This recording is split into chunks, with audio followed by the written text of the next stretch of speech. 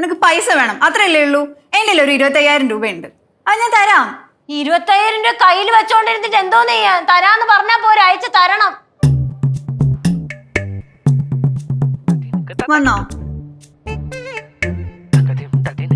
ആ വന്ന്. ഇതെനിക്ക് എപ്പ തിരിച്ചു തരും?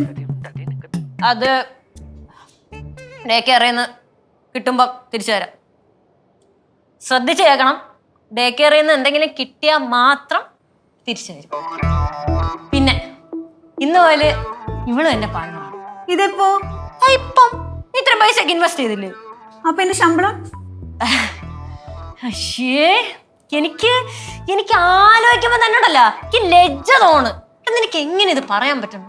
ഞാൻ നിന്റെ ഒരു കൂട്ടുകാരിയല്ലേ. കൂട്ടുകാരിക്ക് ഒരു ഹെൽപ്പ് ഒക്കെ ചെയ്യുമ്പോ സോ പിറ്റി ഓഫ് യു. പിന്നെ നിന്റെ പിള്ളേര്, നീ പഠിപ്പിക്കാൻ പോണ പിള്ളേർക്ക് സാമൂഹ്യ പ്രതിബദ്ധത ഉണ്ടാവോ? കലയ്ക്കൊക്കെ പൈസ മേടിക്കാൻ പാടുണ്ടോ? ഉണ്ടോ?